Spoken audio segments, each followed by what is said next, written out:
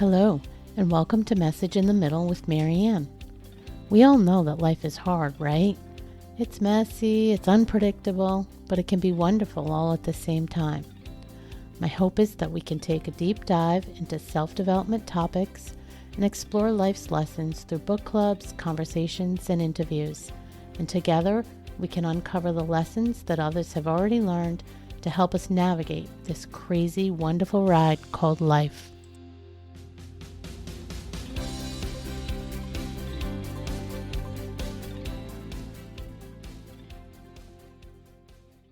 Hello and welcome to Message in the Middle. I'm your host, Marianne, and if you're anything like me, you've noticed how much strain and tension are around us right now. It all feels a little bit heavy, even confusing at times, and even though many of us want to find a way to create more peace and connection, most of us aren't quite sure where to start. Today's conversation touches on both the personal and the collective. It introduces the idea that the healing work we do in our own families, our own bodies, with our own stories might be more than just personal. It might actually be a path to healing our culture, our communities, maybe even our country. My guest is someone who spent over 3 decades helping people untangle deep emotional wounds and a way forward.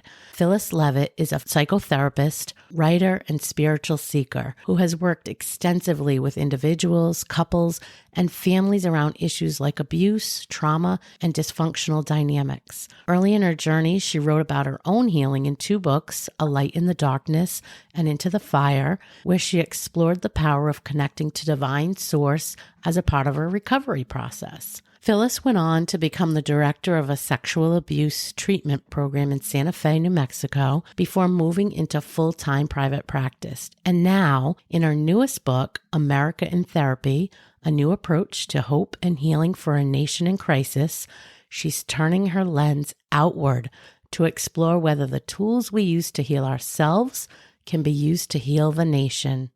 In a time when so many of us are looking for a way to build more connection and bring more peace into the world, Phyllis brings a thoughtful, hopeful, and deeply human perspective. Her work weaves together psychology, spirituality, and the deep truths we discover when we choose to look inward instead of away.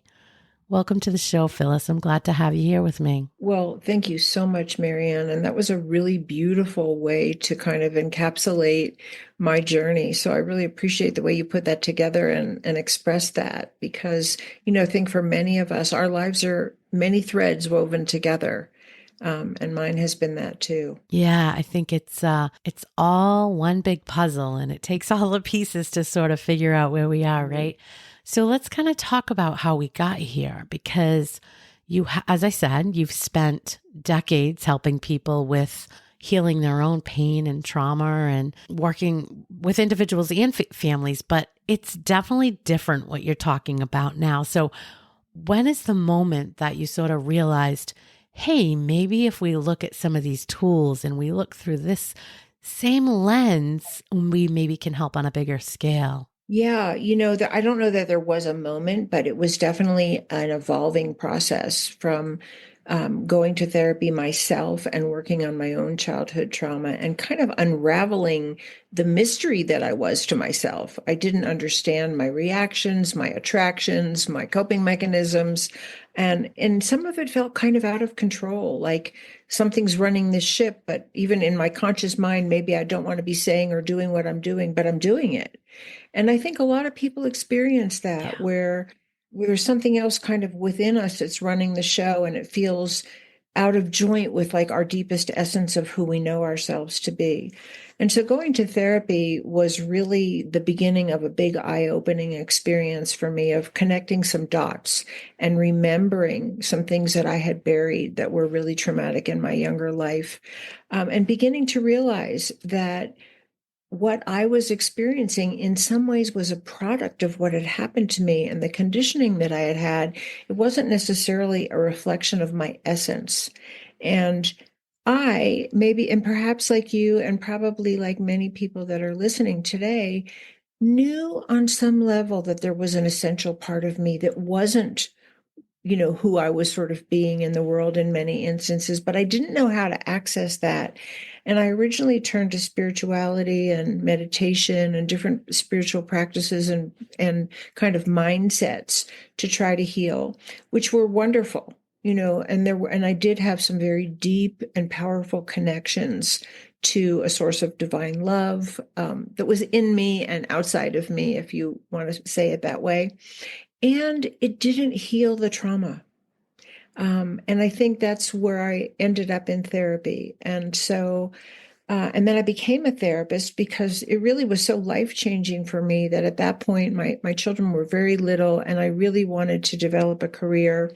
I went back to school in psychology and became a therapist myself. And I think that's also many people's story. What helps us heal, we want to share with other people. And that was definitely my story. And then somewhere along the way, it just became really clear to me that we're all operating on family dynamics and our conditioning, and a set of beliefs and coping mechanisms, for better or for worse, whether it's in our own families, in our places of business, in a school, in a church, in a community, in a relationship with friends, in a marriage with our kids, and in our country, that the dynamics just play out wherever they are. So if we're healthy, basically healthy, and we've developed some good coping mechanisms, or we've had a chance to heal and become more connected to that loving, cooperative, open-hearted person that we were born to be, which I really believe every baby is born loving and kind and open and also very, very impressionable.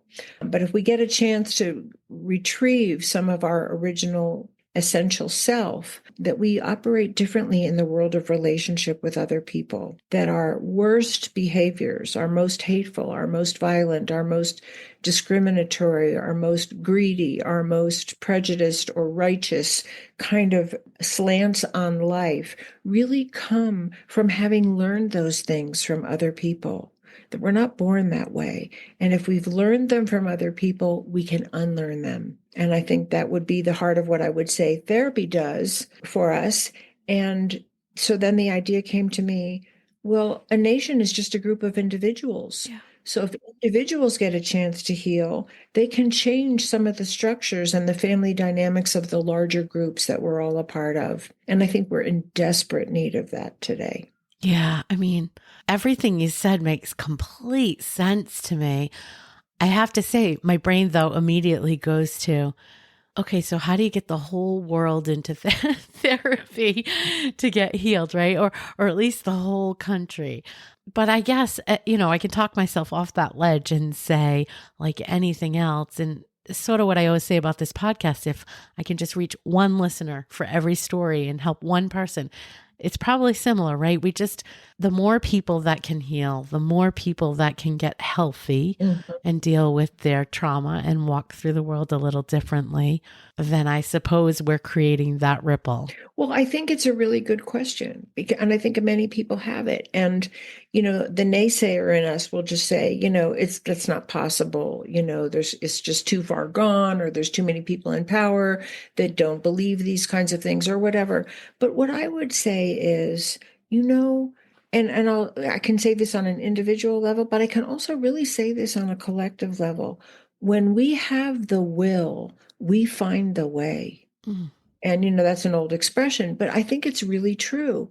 When people wanted to discover, to build better engines to power their vehicles, or, when the idea first came to somebody of like what we're doing now, I can see you on a screen. When I grew up, nobody could see anybody on a screen. We didn't have computers. Somebody had the will and found the way to develop that.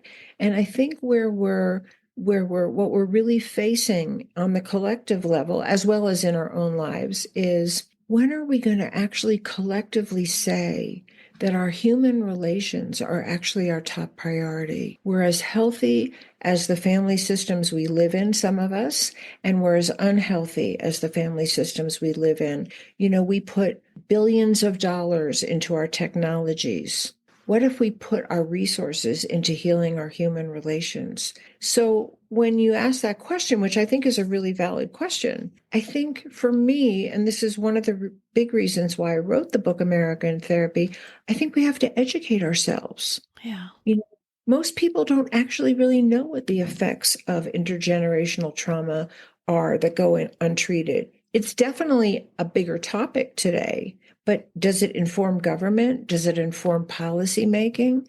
I don't think so, because we're perpetrating the very traumas that people are trying to recover from. Mm, that's so true. I guess for people that aren't connecting it quite yet, I mean, what are some of the symptoms that you see in the collective, I guess, that mirror what we see in our own families or our individual relationship with ourselves? Yeah. And I devote a good portion of the book to that because I think a lot of people really don't know. Yeah. And not because they don't want to know, they just have never had a chance to learn what that kind of dynamic Yeah. produces. And so, having worked with so many families, that was how I made the leap. Okay, I had that in my own life. I was hurt as a child. I became symptomatic. My symptoms were, one set of symptoms. So, for me, I became very withdrawn, very much kind of a pleaser, very driven to like succeed, poured my heart into school and, getting A's and accomplishing something, and staying hidden. Like that felt like safety to me, was to hide. For some people, it's very different. So that's one set of symptoms. Another set of symptoms might look like high anxiety level, obsessiveness, addiction, workaholism. It could be very high levels of aggression. When people are hurt, one of the natural outcomes is that they explode. Yeah. Lash out.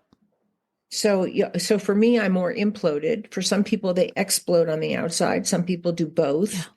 Um, and so these are understandable symptoms from being hurt, from not living in a safe or loving or caring or cooperative environment that has good boundaries or that is committed to peaceful conflict resolution.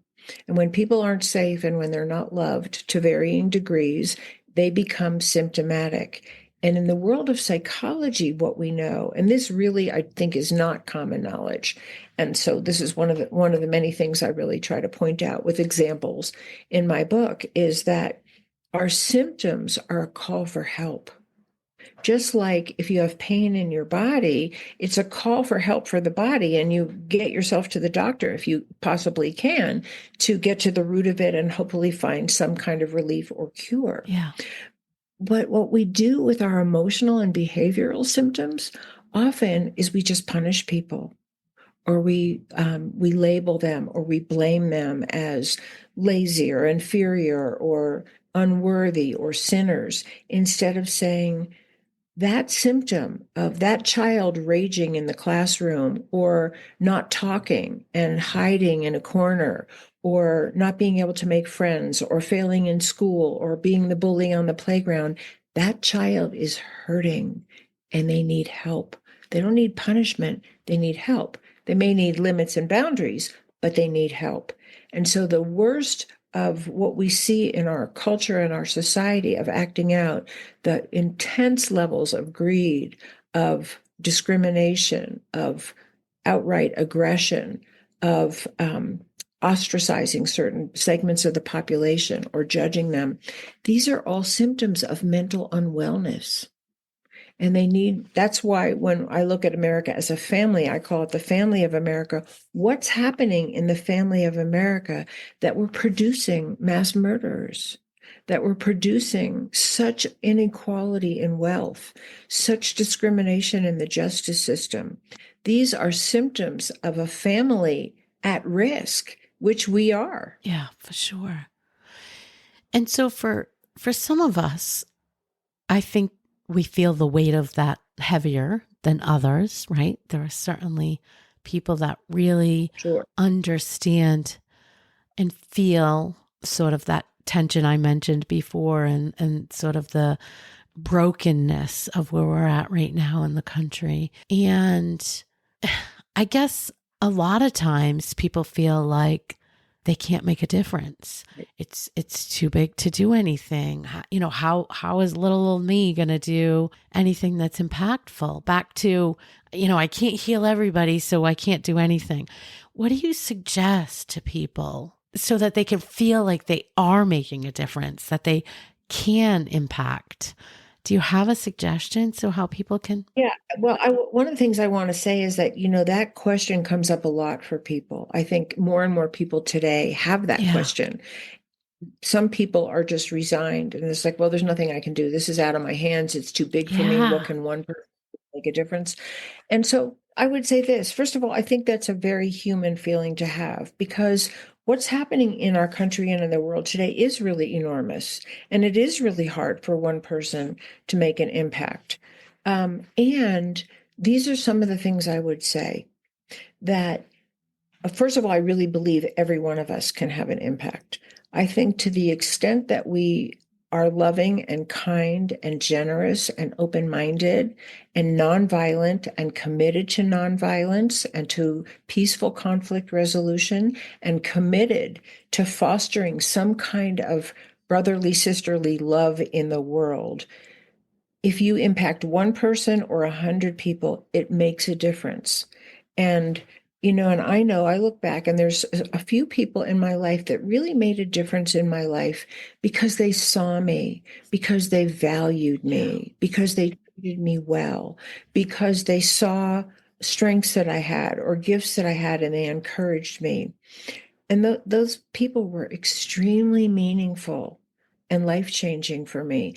And they'll never know, Yeah. there were teachers I had who were Yeah. way, right? So we don't necessarily know or will know the ripple effect that our actions and our beliefs and our behaviors can have. The other thing is that the more a person has a chance to heal their own wounds, the more they have the opportunity to become their greatest self. And we need everybody's greatest self in this world. So if you're a teacher or you work with animals or you're just, a better parent or a more loving and cooperative spouse, or you run your office better with your employees and you're more appreciative of people, you're making a difference in the world. And I can't stress that enough because I think in today's world, one of the operating principles, whether it's conscious or not, is to try to make people feel powerless so that they won't resist, so that they won't try to change the tide of what's happening. And we're not powerless. And feeling powerless is one of the worst feelings that a human being can feel. Mm. I think we have to really hold each other's hands and celebrate each other's contributions and encourage each other to be our greatest selves because that's what we all can do. I love that. I think one of the other things that I feel like is trying to be minimized or to be pushed down in our world today, but it's still very prevalent, is the whole need to be busy, the whole need to be super productive, the need for everybody to always be on. And I bring that up because when you talk about the best way that we can do this is to heal ourselves and bring our best selves forward.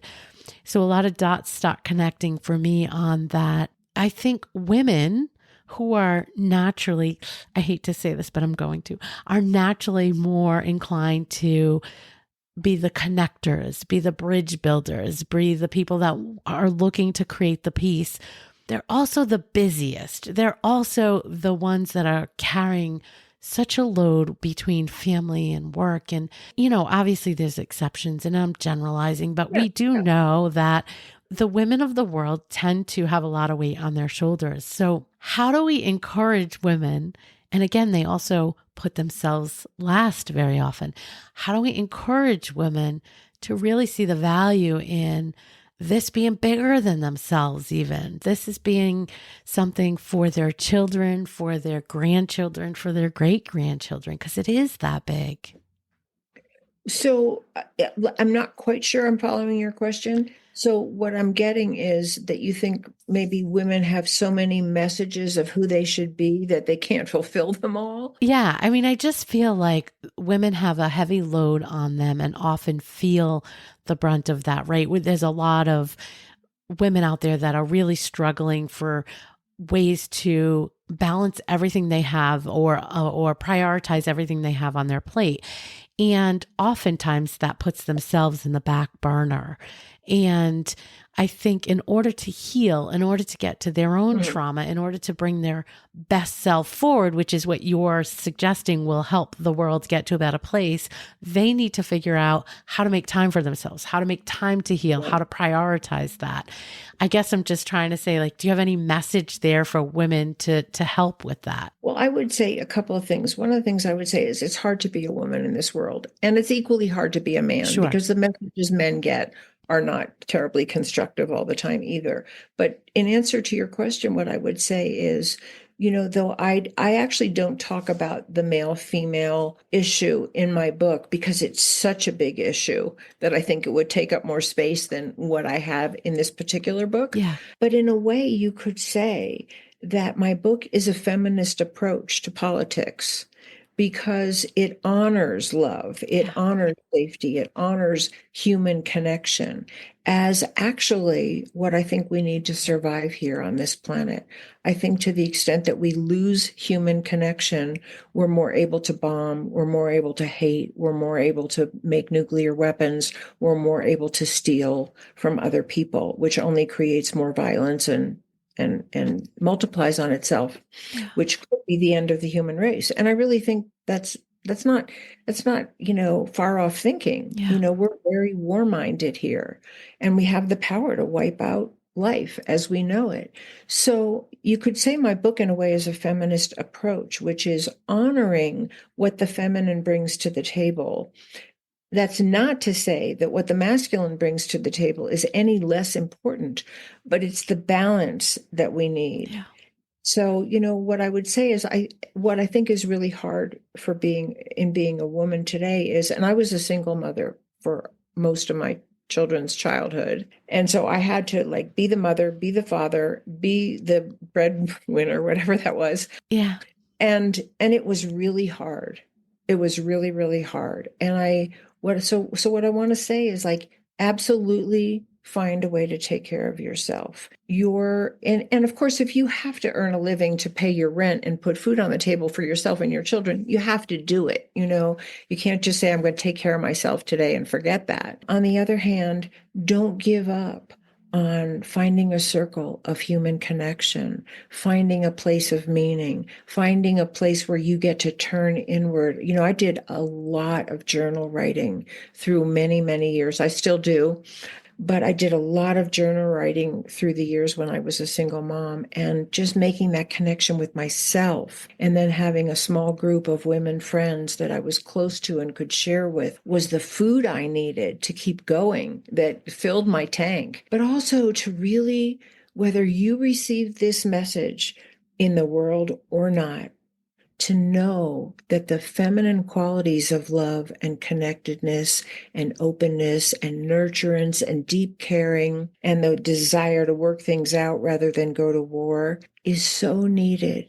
And even if you don't get that message, don't give up on your innate feminine essence, because I actually think bringing the masculine and feminine into harmony and balance is the key to our survival. That makes a lot of sense to me. I really love that messaging for women, and especially focusing on community and building your support system. And, sometimes people can't afford to go get counseling or whatever, but you can do some of these things just at home with your own people and help you get that support system you need to work on yourself. So, and I would add one thing in, and this really could go for men or women, but it was really important for me, is that I just made time to do what I loved. And the things that I loved gardening. I loved painting. I loved hiking. So, just carve out a little space to do what you love, because even if the world's not feeding you good food, we can find a way to feed ourselves. Yeah, such a great message. I want to switch gears for a minute and talk about spirituality, because your first two books were very heavy into that topic. And I know you still weave that into your messaging. It's important to you, obviously. I think there's a lot of people out there that get stuck between spirituality and organized religion. And, some have organized religion, but obviously there's many flavors of that. Some don't have any at all. And then they sort of get stuck when they hear about spiritual healing or how spirituality fits in. Talk to me a little bit about that so we can sort of bridge that gap for folks. Yeah, and I wanted to say this is my experience, and somebody else's may be very different. And I don't think there's a one size fits all, and I'm not a proselytizer, so but what I would say is, so for me, spirituality had nothing to do with organized religion. It really isn't that different from healing our psychology. I don't think they're disconnected. I think they're distinct in certain ways, but I don't think they're disconnected, because I'll say this first and then I'll go back to the spirituality issue. Many people who really do the work of healing their wounds and recovering some connection to their more essential self find themselves more spiritually called. And maybe we should just use a different word, because people have connotations with that might be woo-woo or out.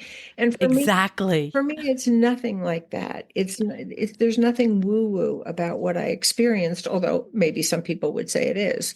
But really, I made such a deep connection to my inner self that I felt like I received guidance from that part of me. So, how we're listening to our parents, and we're listening to the media, and we're listening to books we read, and we're listening to the role models of people who are in the news and in the movies. And there's all these different messages about who we should be and what success looks like, or what an evolved person is. And really, the answers are inside of us. And I really believe and again, I'm just speaking for myself here, that every step that I took to connect more and more to that essential self brought me closer and closer to a feeling of divine love, to a feeling of we're all connected. We are here to love one another. We're here to help the planet. We're here to, give our gifts. You can call that spirituality, or you can just call that the evolution of consciousness, or you can call that growing up and becoming mature. Yeah. But whatever you like. And along the way, I will share with you, because I talk about this in those first two books, I did have some remarkable experiences, which I think many people actually have, but not everybody talks about it, or not everybody knows it's possible. For me, they were just gifts of feeling like somehow there was just divine love descended on me. It came from in me, and it came from out of me. And it changed my whole perspective on what I was doing here as a human being. Because I'll tell you that even with having written America in Therapy, sometimes with what's going on in the world, it's so heavy right now that there's a part of me that is like, gets up in the morning and thinks, what am I doing? Is it worth it? Am I doing anything? I think it's easy to want to give up. And again, I think that's part of the messaging is, you can't do anything, so give in and cooperate or whatever, be quiet. Yeah. But when I go back in to my most essential self and I make that connection through, I still do meditation, I still do a lot of journaling, or just ask my inner self, help me here. Ask for that guidance from myself. I always come back to my life purpose. And this is what I'm doing here. I'm spreading a message that I think is loving and healing. And if it lands, great. And if it doesn't, on the day that I die, I will feel like I did what I came here to do. And that's very important to me. I love that. I love that. And I love that you were transparent in the fact that, you have those days and those thoughts too, because we all do. I will say that, I had some very similar experiences over the last several years of reconnecting to myself. And same thing, I don't know what you call it. You can call it anything you want, really. Right. I just think unlearning all that messaging and remembering all the things that we forgot, because for me, it was about figuring out who I was again. And again, I don't mean that in the woo-woo, who am I? I mean, what did I used to love to do? What lights me up? How do I connect best with people?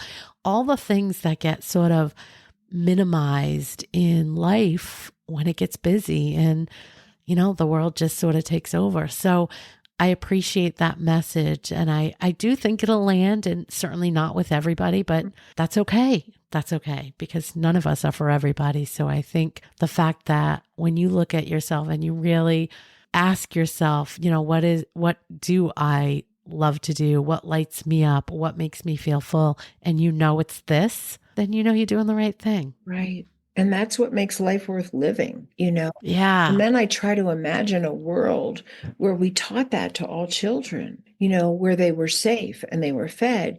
And somebody looked at them and said, "What do you love?" "Oh, you're great at drawing," or "You love music." "Oh, you're so great with pets," or "Oh, you just like to grow flowers," or maybe they don't know, Yeah. but they're still valued. And because that's actually like this spark that we can bring to one another. And when people feel that way, when they receive that kind of love and that valuing and being seen and appreciated, they don't want to kill each other. Yeah. Won't. Such a great point. There are so many ways in which the world feels divided right now, whether it's about race or culture, sexual orientation, political party. Any of those things can really create and is creating divide.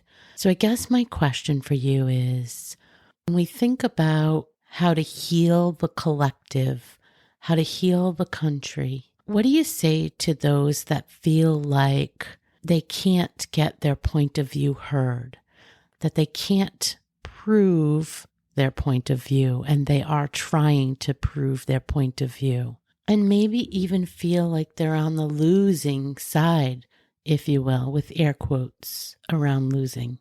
What do you say to that? I actually think that's the biggest question confronting the human race. Mm-hmm. Because what we're doing now is we're operating on a win-lose paradigm. Somebody has to win, and therefore somebody has to lose. And people who lose are more likely to become the symptom bearers for the family of humankind, or the Yeah, family of America, because they're being, assaulted, or they're being vilified, or they're being shamed, or they're being withheld from. And so I think we have to look at really shifting a whole mindset to a win-win. And again, I really believe this is the hardest thing for human beings to do. If you've ever been in a relationship, you know how hard it is, right?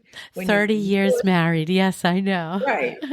And I've been with my present husband for almost 20 years. Yeah, And and we're both loving, kind-hearted people. We love each other. We're not going anywhere, and we have our moments. sure. you know but it's that love container that makes it safe, even if we're really at odds and we don't see something the same way, or my feelings are hurt or his feelings are hurt. We know that we are committed to working it out. We may never actually agree on what happened, Yeah, but we are committed to coming back to love. We are committed to nonviolence. We are committed to doing the best, imperfect best. And I always say imperfect best because we're human, sure. listening to the other person's point of view. Sometimes we agree, sometimes we don't. Sometimes we just agree to drop it and leave each other in peace. But is it easy? No, because especially if we trigger each other's wounds, which is what people do. Of course. That's why conflict becomes so, flared up, because we've triggered each other's wounds, and then we've triggered the age level that we were at when we received them. So, I might be talking to his 5-year-old self, and he's talking to my 2-year-old self, and that's why we're having what we're having. And so we have to make a real effort to come back into our adult selves. Mm, And that's part of what we need to do on much larger levels, because people react and they want to win the fight and they don't care what the damage is that they leave in their wake, partly because they don't know that of the boomerang effect of that damage is going to come back to bite you. yeah, It does. This is why we see so much violence in the world today, yeah, because we have these unhealed people running around acting out their disconnection and their rage and their hurt and their pain. So I forget the actual question. Well, I think you answered it. I think the answer is people have to come together with a common sense of wanting to move forward together, wanting to be a safe place that people can work through things, and they don't necessarily have to come to Right. agreement on something or, how it happened or why it happened. They have to be in agreement that they want to move together safely and in a better way together. One of the reasons why I say bring therapy to America and America to therapy is because the dynamics that we try to really instill in our offices are deep listening, developing compassion, healing your own wounds so you're not just coming out of a highly reactive, automatic, unconscious place. Because what we all really want is love. We all really want to belong. We all really want safety. And to the extent that we don't manifest that in our relationship, we're acting out of our defenses. And those defenses were designed to protect us from hurt, but they don't work in our adult lives. Just like waging war doesn't really work to bring peace.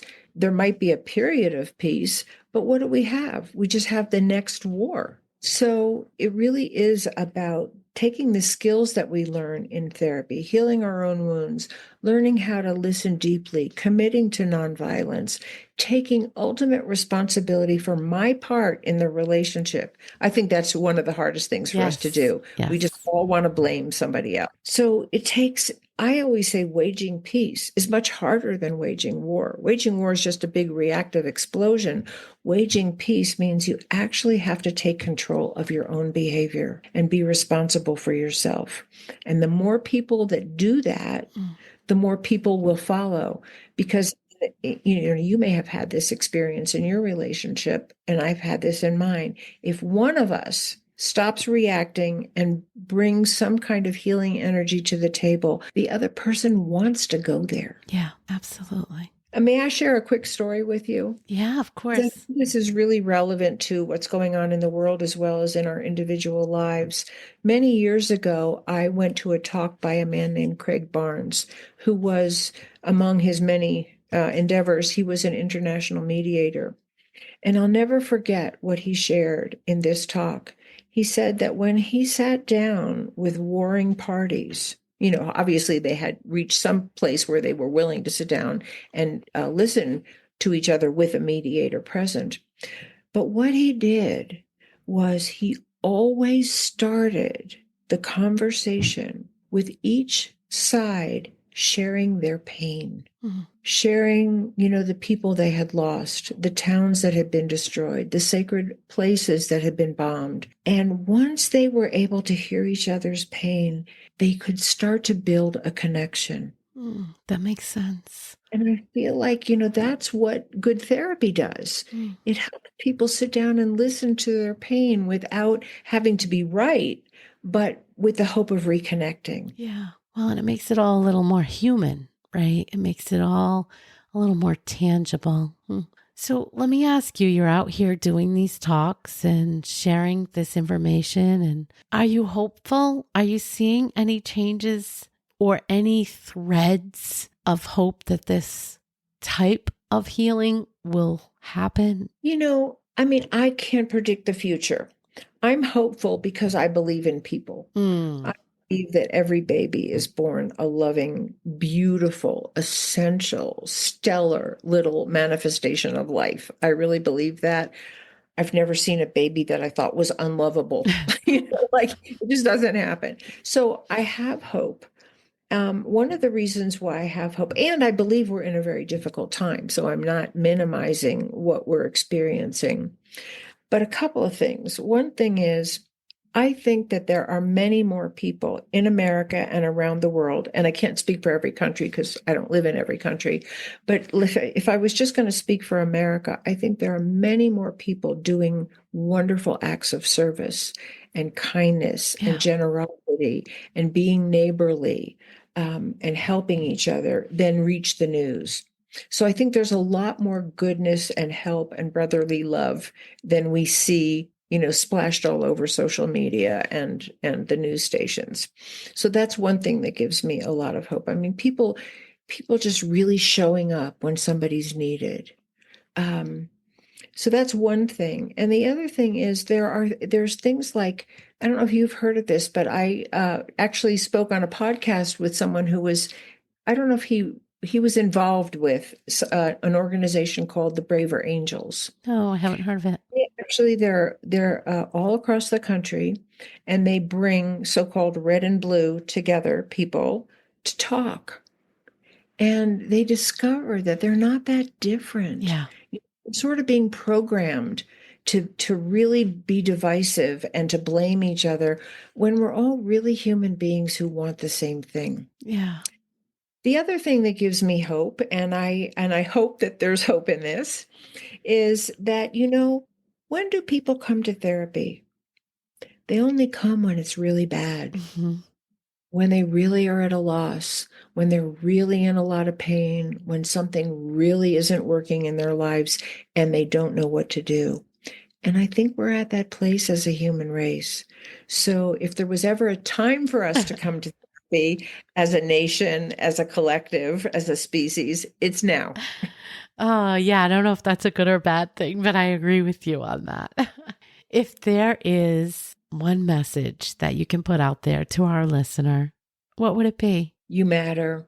Everything you does matter. You don't have to be perfect.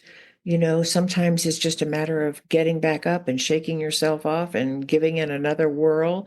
And I can tell you that sometimes that's really hard because I've been there. But you really matter. And again, you may not know all the good that you spread in the world. Just be true to your own self. And if it requires doing some healing work, do that. You deserve it. That's great. So where can people find you in your work? Where are you most active? Yeah, well, I'm most active over all the social media. I've got lots of videos on YouTube and I post all the time on Facebook and LinkedIn and Instagram, and I have articles on Substack, and I probably left out one of the all the places. That's right. All the places. Well, we'll put you links. We'll put you links in the show notes. I have a website, and you can get a lot of information on my website. You can order my book from any of the major booksellers. You can order it off of my website.